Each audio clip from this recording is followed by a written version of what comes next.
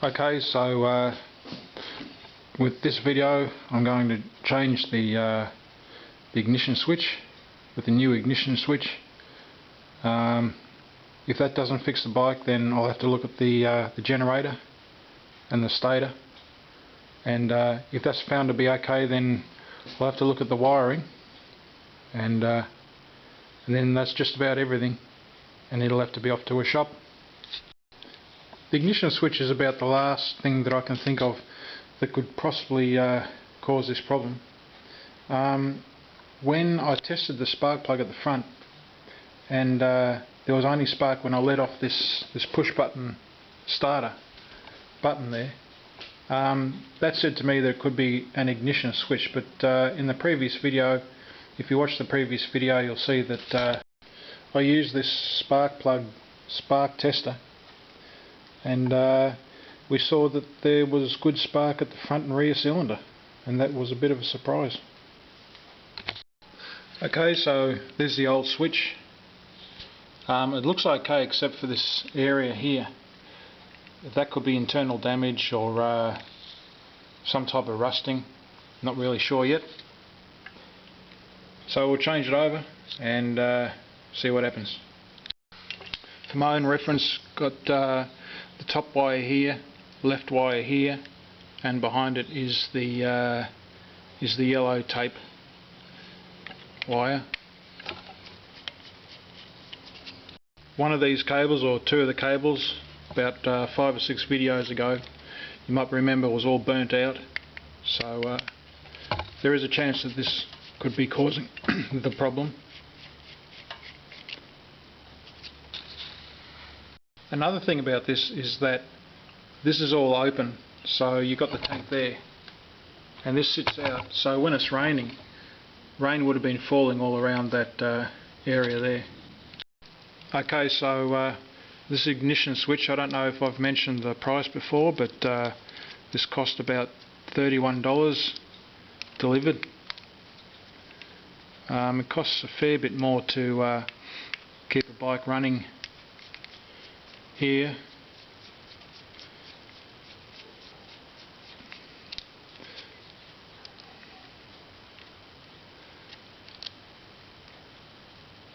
And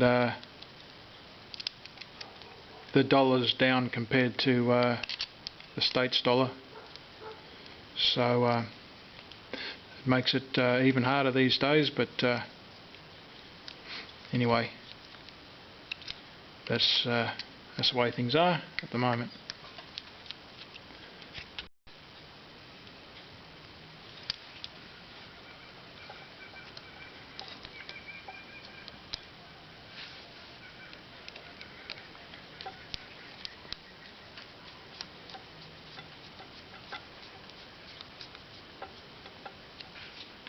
Now I don't know if this ignition switch needs to be grounded or not, or whether it's self-contained.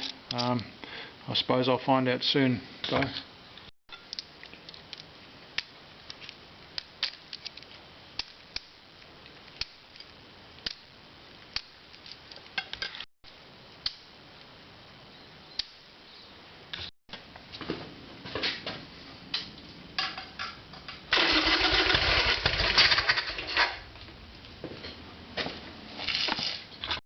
Well, I don't know if you caught that on camera, but a lot of black soot just came out of the carburetor.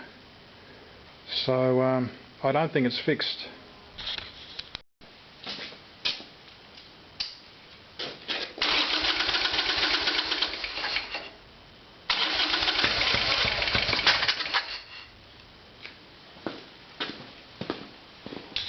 I've wiped some of it off, but there was a fair amount of black soot just got sprayed out of there. I'm wondering now if it could be internal, like valves, or you know, something's failed in the engine. I wasn't riding it hard. I had fairly new oil in the engine. You can see there that there's plenty of oil. Sort of looking like just about time I should do a compression test or something like that. Alright, I'll go for another start and I'll do another spark test, and I think I'll call it a day.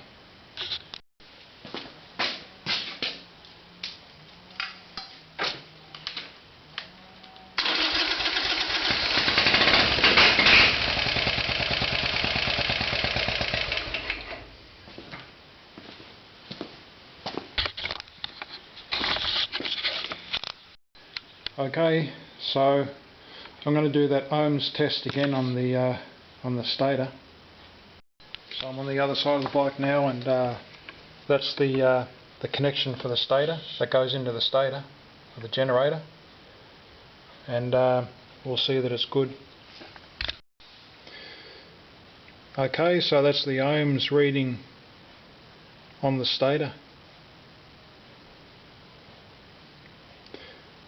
So that's a good stator. I'll just do that test again.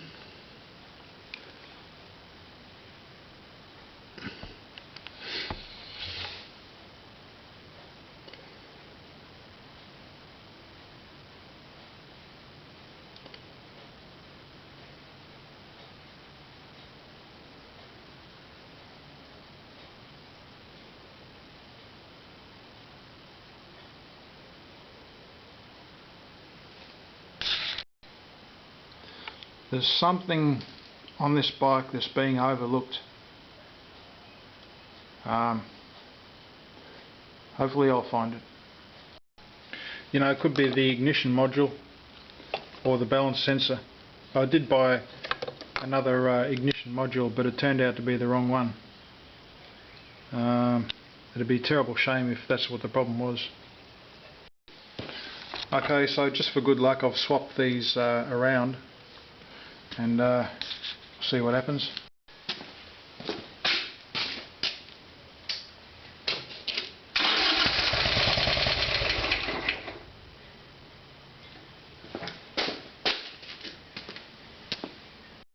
When I turn the key on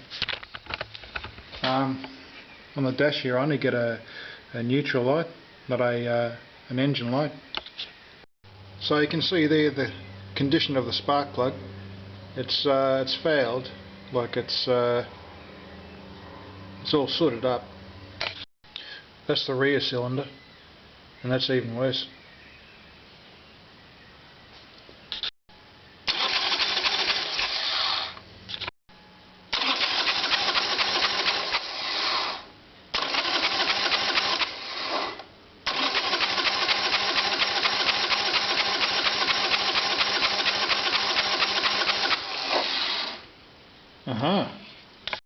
I don't know about you, but there's a bit of a glare there because it's round and the light's shining on it. But when I was looking at that, it seemed to be sparking and then not sparking in a cycle.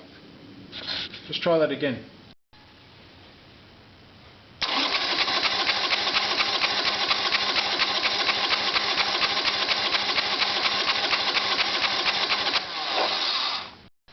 Now, when I did the tests on the bike, the front cylinder pipe was cold, and this was very hot at the rear cylinder. If I feel that now, that's still warm, and that's absolutely cold.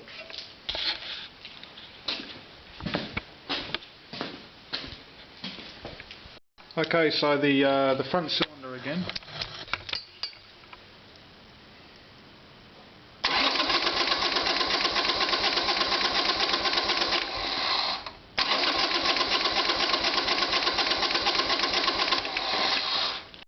Now the rear cylinder seems to be working.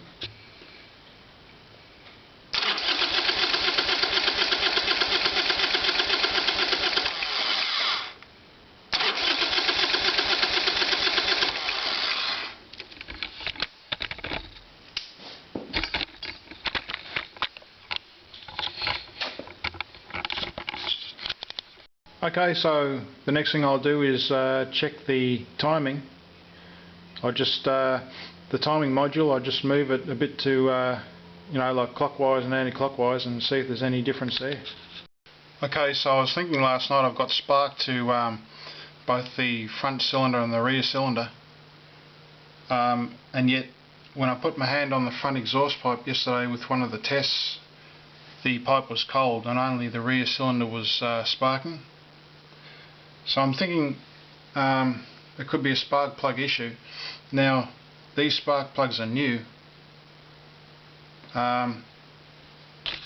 so I give credit to Bruce Pender and his video how to tell if a spark plug is bad for this test.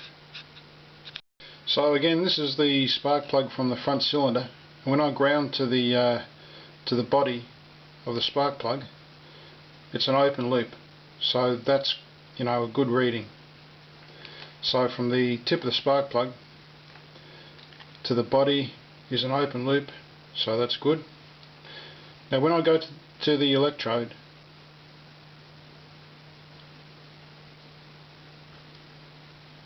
as you can see, I'm getting a very bad reading. It's on the ohms setting, so that one is stabilised at about 431 ohms. I think that's 431, I'm not sure.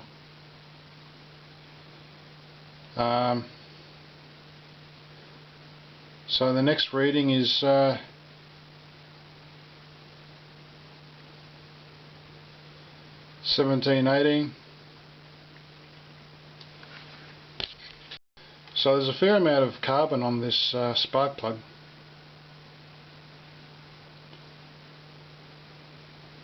$431.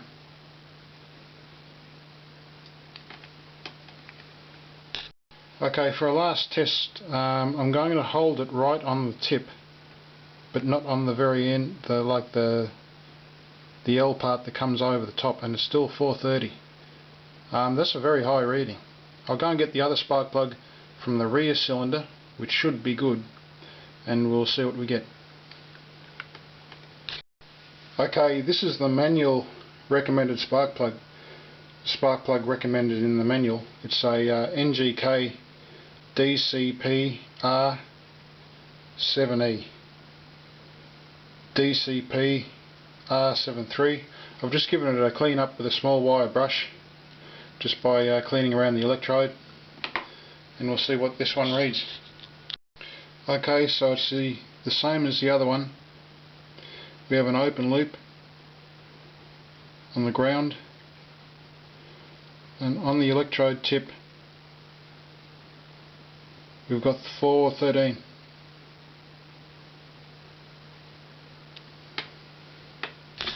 Okay, so this is the front cylinder again. We've got an open loop on the ground, and on the end of it there's 433. So in summary, either they're both good or both bad. That's a fairly high ohms reading, but it might be the way the spark plug is. They can't both be the same because there's spark to both the front and rear cylinder, and yet the rear cylinder is firing and the front cylinder isn't. And with the cold exhaust pipe from the front cylinder and the hot exhaust pipe from the rear cylinder, that tells me that it's looking like an electrical problem again. Okay, here's another spark plug. It seems to be a good spark plug. As you can see, there's a good tan colour there. And surprisingly, this has the same resistance, same ohms, 426. And to the ground is an open loop, and to the tip should be 426. So those spark plugs in the bike are in perfect condition. Okay, so like I say in all my videos, I'm not a mechanic, I'm not a electrical diagnosis guy. I just know the basics of maintenance and fixing up small problems with my car, and I'm new to motorbikes. I've had a break from motorbikes for about say 28-30 years. I grew up racing two-strokes and just maintaining two-strokes, but never had any electrical experience back then. and now I'm getting back into bikes, and this bike's just about got me beat. Okay, so whatever the problem was, I remember when I first went to pick the bike up, this bike was actually living about 1.5 hours north of here. When he took it for a ride, it did do a little bit of misfiring at that point, and I rode it to work and back about 80 kilometres a day, there and back, and it went great for about a month, but then it started to backfire, and the problem's been getting worse ever since then. Even with all this work I've done on the bike, I haven't disturbed the problem. I haven't made it better or worse. I've just about ruled out fuel as the problem. It's pretty well definitely electrical. The front and rear cylinder are both getting spark, although that spark may not be consistent. However, the rear cylinder is working, it is firing, and it will idle on the rear cylinder, but the front cylinder isn't firing. I know that because when I fire the engine up, the rear cylinder exhaust pipe is hot and the front exhaust pipe is cold. Both spark plugs are working. They both test out right with the on the ohm setting. The spark plugs are new, and when I installed them they didn't make any difference to the running of the engine. My only guess at this stage is that the timing's out. Could have something to do with the timing. Almost every part of the electrical system has been replaced except for the stator. So that only leaves wiring. So I've got a new regulator rectifier, a new battery, a new pickup sensor, a new coil, new leads, new spark plugs. While I was trying to fix the bike, the battery cables broke, and I got new ones. That cured the no starting problem. So that made the starter turn. Got a new starter motor. Got a new ignition key. Some of these wires were burnt out, so they were replaced. They went back to the fuse box. I've got a new fuse. I've got a new relay switch. There's all the old parts there. They'll be used in the future to diagnose problems. So what I'll be doing now is I'll try to do some type of a timing check, then start checking cables, and then it's off to the shop, because the ohms are good on the generator stator. Okay, so with the battery installed with my multimeter, if I put it onto volts, I get about 12.5 volts no matter where I probe around the engine, the top of the engine, or the engine case, or the rear suspension, rear support here. It's all good reading. When I go from the negative post to ground, it's also good. There's no voltage there. I'll do that test now. Okay, a ground check with the key turned off.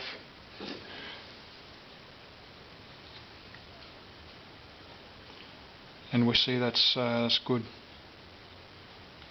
Now a ground check with the key turned on.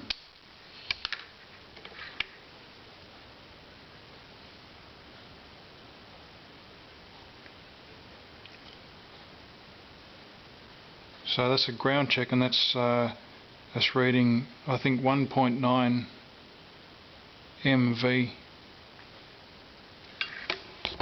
What I'll be doing now is going from the pinholes of the stator to a ground, and it's all open loop. Open loop. On the amp setting, with the key off, you can see that it's good there. There's no draw. With the key turned on, we have about 5.75. Okay, so what I'm going to do now is I'm going to attempt to move the pickup module, and this guy's doing the timing on a late 1980s bike.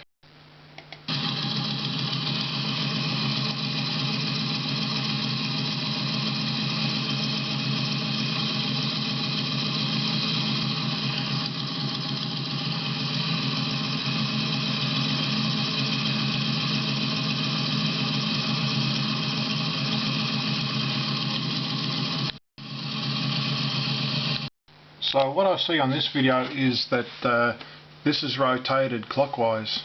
There's a gap there. On the bottom adjuster there's no gap at all. So he's rotated it clockwise all the way, and then he's backed it off a bit, and that's what I'll be doing with my timing now.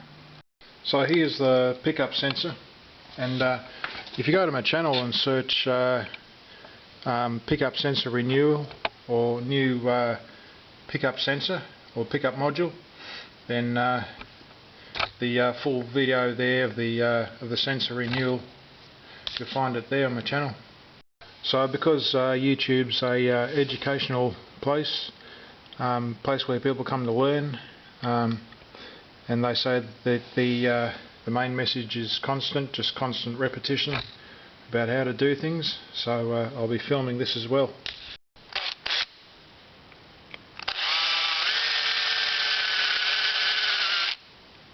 This is number 5.5 drill bit.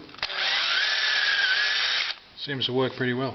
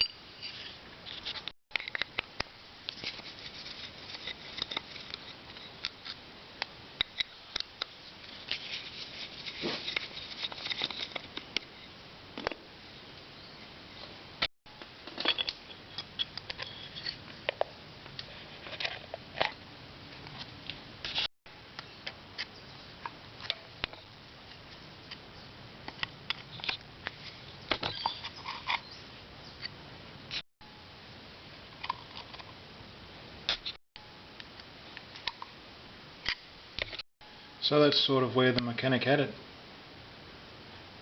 sort of like that.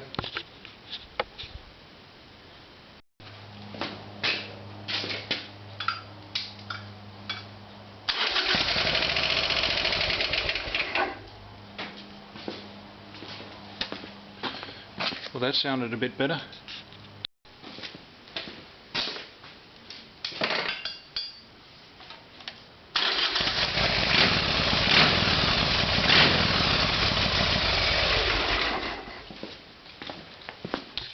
Okay, and that is a fix.